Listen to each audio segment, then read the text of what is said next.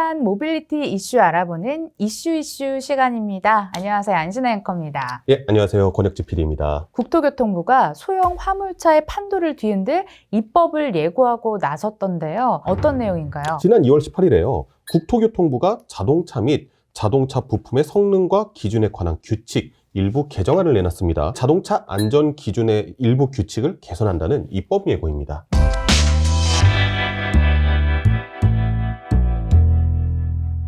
듣기로는 크게 세 가지인 걸로 아는데요. 그래도 우리 시청자분들이 조금 더 체감하실 수 있는 것 위주로 짧고 굵게 정리 부탁드립니다. 네, 첫 번째는요. 비상제동장치입니다. 운전 중에 갑자기 앞에 장애물이 확 튀어나왔을 때 운전자가 뭐 딴짓을 할 수도 있는 거잖아요.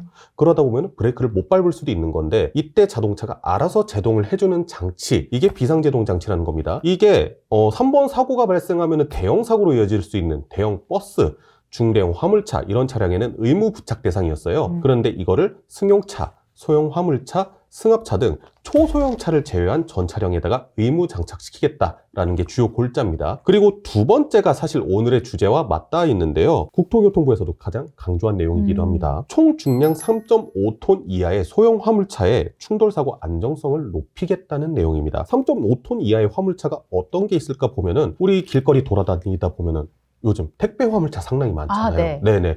코로나 팬데믹 때문에 배달 문화가 상당히 발전을 했잖아요. 그러다 보니 이런 것들에 대한 수요가 늘었는데 이거의 안전 기준이 너무 취약하다는 겁니다. 1톤 화물차라고 하면요. 승용차보다 크기가 훨씬 커가지고 뭔가 더 안전감을 줄 알았는데 사실은 반대였나 봐요. 그래서 안전 기준이 얼마나 취약하다는 건지 그리고 왜 취약할 수밖에 없는지도 궁금해집니다. 국토교통부가 이번에 같이 발표한 이런 조사에 따르면요.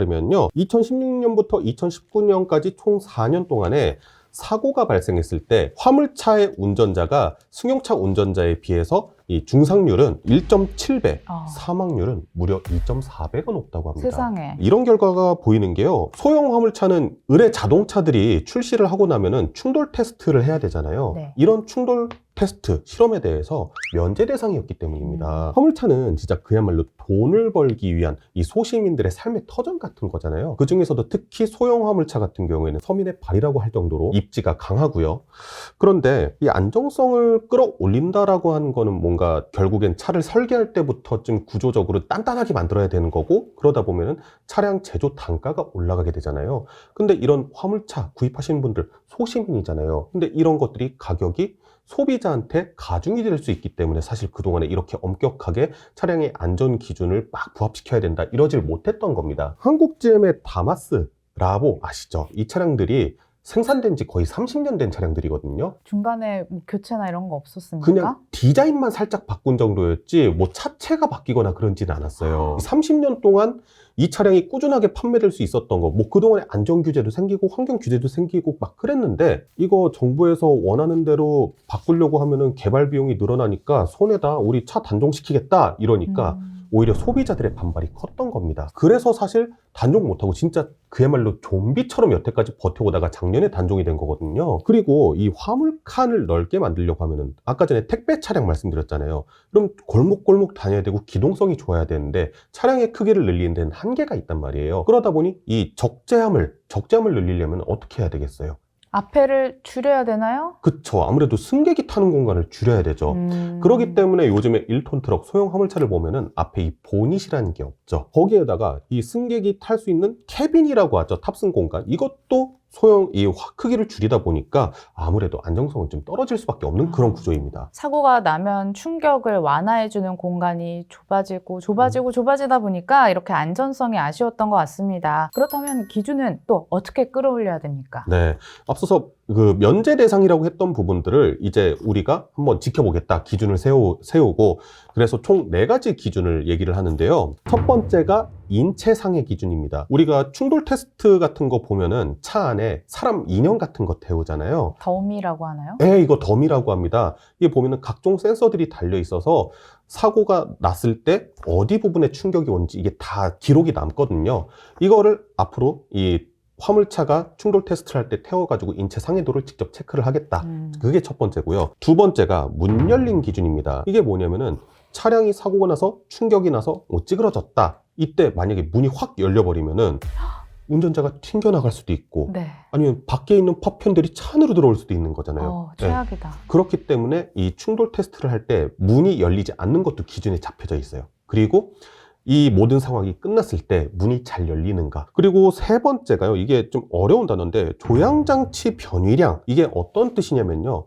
사고가 났어. 본넷이 찌그러지고 네. 그러면은 스티어링 휠이 이렇게 있는데 이게 훅 들어올 수도 있는 거잖아요. 그래서 자동차 충돌 이 실험 기준에는 사고가 발생했을 때 이 스티어링 휠이 어느 정도 고정되어 있는가 이것에 대한 기준까지 다 마련이 되어 있는데 이 기준도 충족을 해야 된다라는 거고요. 네 번째가 연료장치 누유에 대한 기준입니다. 차량에 사고가 발생을 하고 일정 기간 동안에 기름이 얼마나 누유가 되느냐 이것에 대한 기준을 보는 건데요. 이게 아무래도 누유가 많으면은 환경오염도 문제지만 이거 자칫하면 화재까지 발생할 수 있는 것이기 때문에 이런 기준까지 있는 겁니다. 얘기를 들어보니까 이거 하루라도 빨리 바뀌어야 될 것 같다는 생각이 자꾸 들어요. 그렇죠. 네, 그럼 이런 변화는 언제 일어나나요? 국토교통부 자료에 따르면요, 이게 2024년부터 이제 신차들 출시하면은 무조건 이 기준을 완벽하게 충족을 해서 나와야 되고요. 네. 현재 판매 중인 차량들에 대해서는 좀 점차적으로 이렇게 당장은 반영하겠다. 아니군요. 네, 왜냐하면은 이거를 맞추려면은 있는 차를 당장 단종시키고 신차를 내놔야 되는 그런 상황이 발생할 수 있으니 네네.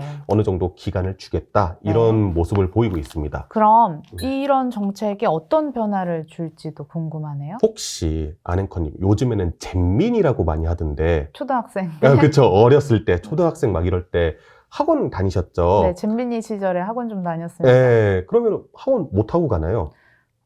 봉고차나 아니면 트럭이랑 빡센 학원이었나 보네요. 노란색 봉고차 탔던 기억이 납니다. 노란색 봉고차 네. 보통 많이 타고 다녔죠. 네네. 네. 그런데요, 이 노란색 봉고차 요즘에 좀 보신 적 있으신가요? 생각해보니까 또 없네. 네, 그쵸. 없어요. 이렇게 직육면체로 반듯하게 돼 있는 봉고차 같은 것들 많이 사라졌죠. 네. 이게 우리 어렸을 때만 해도 이런 원박스 승합차들이 상당히 많았었거든요. 생각해보니까 진짜 그 기억에서도 사라질 만큼 오래된 네. 일인가 봐요. 그렇죠. 근데 이런 차들이 다 사라진 게 이게 지금 현재는 현대 스타리아, 뭐 기아의 카니발, 아니면 좀 더 큰 솔라티 이런 차량들로 다 대체가 됐던 게요. 바로 2000년대 초반에 이 승합 차량에 대한 안전규제 강화 때문에 발생한 일입니다. 원박스 카는 아까 전에 말씀드린 것처럼 대시보드 앞에가 바로 외부예요. 그렇기 때문에 사고가 발생하면은 1차적으로 충격이 운전자한테 그대로 전달이 됩니다. 그런데 앞에 보닛이 생기게 된다면 1차적으로 이 보닛이 충격을 흡수를 하게 되고 아무래도 이 운전자가 직접 차체에 끼거나 이러는 일은 좀 적어질 거잖아요. 그래서 이거 아마 이 안전규제, 국토교통부가 제시한 안전규제 맞추려고 하면은 보닛이 생기는 1.5박스 형태의 화물차가 생기지 않을까. 2023년이나 2024년도에 이 포토와 봉고에 대한 풀체인지가 예정이 돼 있긴 해요. 그래서 아마 이때 국토교통부의 이런 기준들을 맞춰서 신형 모델이 출시될 가능성이 높다고 생각합니다. 근데 PD님 말씀 들어보니까 그럴 경우엔 가격 상승이 피치 못할 것 같은데요? 그래서 이런 화물차를 생계용으로 구매하시는 분들, 운용하시는 분들은 가격적인 부담, 활용적인 부담이 좀 크긴 할 겁니다. 그런데 결국에 생계라는 것도 내가 안전하고 건강해야지. 맞습니다. 예, 이게 되는 거잖아요. 그렇기 때문에 저는 사실 국토교통부의 이번 정책에 있어서는 좀 긍정적으로 생각합니다. 사람이 먼저고 돈이 다음이죠. 좋은 지적 잘 해주신 것 같습니다. 자, 오늘도 알찬 소식 잘 들어봤고요. 저희가 준비한 순서는 여기까지입니다. 끝까지 시청해주신 여러분 고맙습니다. 감사합니다.